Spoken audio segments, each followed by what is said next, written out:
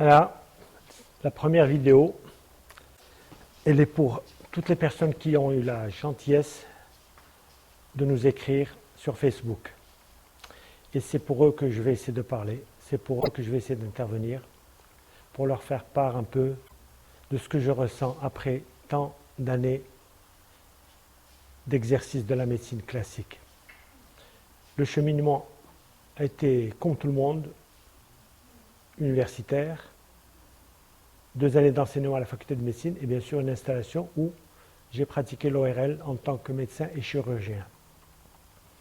J'étais très content de ce que je faisais et pour moi, tout pouvait être soigné, guéri par la chimie, par des comprimés. Jusqu'au moment où on a commencé à constater que dans certains cas et dans beaucoup de cas, ça ne marchait pas. Et là, j'ai commencé bien sûr à essayer de voir est-ce qu'il n'y avait pas autre chose qui était utilisé ailleurs. Et là, par hasard, il y a eu un cours sur l'acupuncture fait par le professeur d'Arras et cela remonte à plus de 30 ans. J'ai assisté à ce cours, à cette formation-là.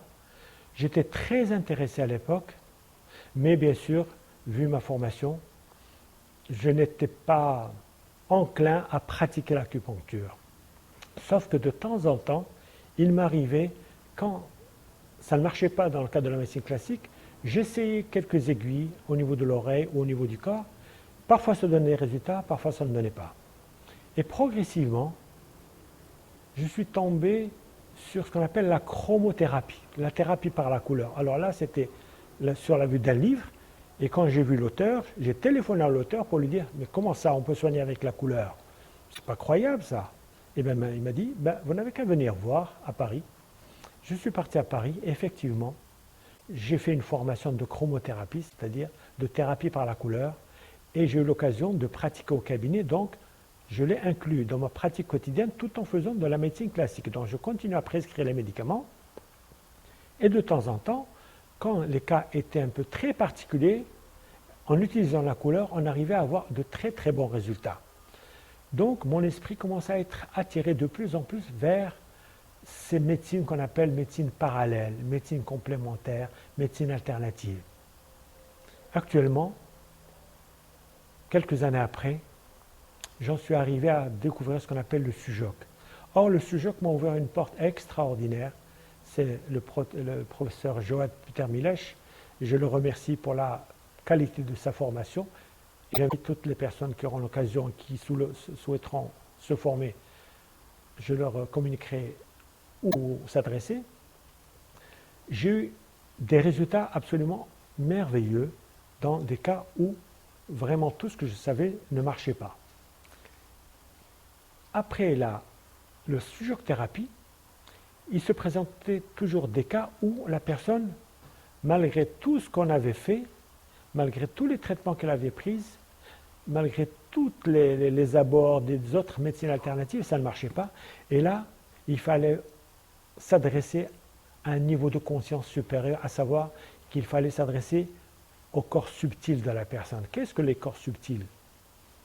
Il faut savoir que parallèlement à notre corps matière, il y a des champs énergétiques qui sont à l'intérieur du corps et à l'extérieur du corps.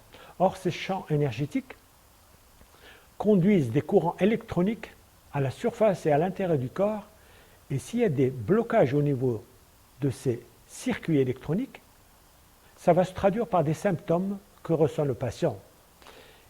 Et si vous n'intervenez pas sur ces blocages, la personne gardera sa douleur, gardera son symptôme.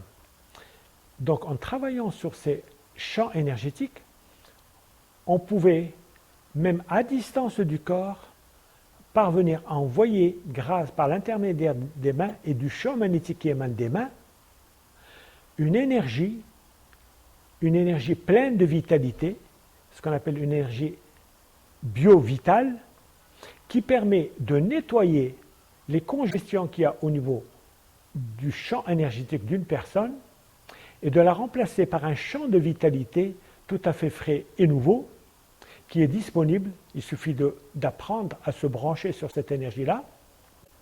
Et la personne, comme par miracle, elle voit sa douleur s'estomper et parfois même, et souvent même, disparaître. Alors quand on voit ça pour la première fois, on se dit mais c'est quoi ça? Est-ce qu'on est passé à côté de beaucoup de choses? Mais en fait, effectivement, nous passons à côté de beaucoup de choses merveilleuses qui font partie du corps humain. Le corps humain est une merveille. Et il est temps maintenant de se pencher sur ces différentes façons de fonctionner pour mieux le comprendre et mieux communiquer avec lui. Il ne s'agit pas toujours d'interférer ou d'agir sur le symptôme en poussant le corps à réagir de façon inadaptée parce que le symptôme, il est là pour nous enseigner quelque chose. Souvent le symptôme est là pour nous indiquer que nous ne sommes pas sur notre voie, sur la voie de notre âme.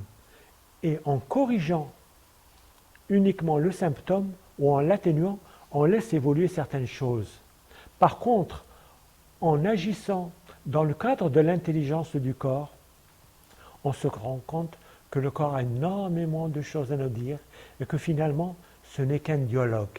En fait, les maladies, ce qu'on a toujours appelé maladies, ne sont qu'un dialogue du corps et il est temps que nous changions de façon de voir le corps et il est temps qu'on passe à une nouvelle ère qu'on appelle un nouveau paradigme.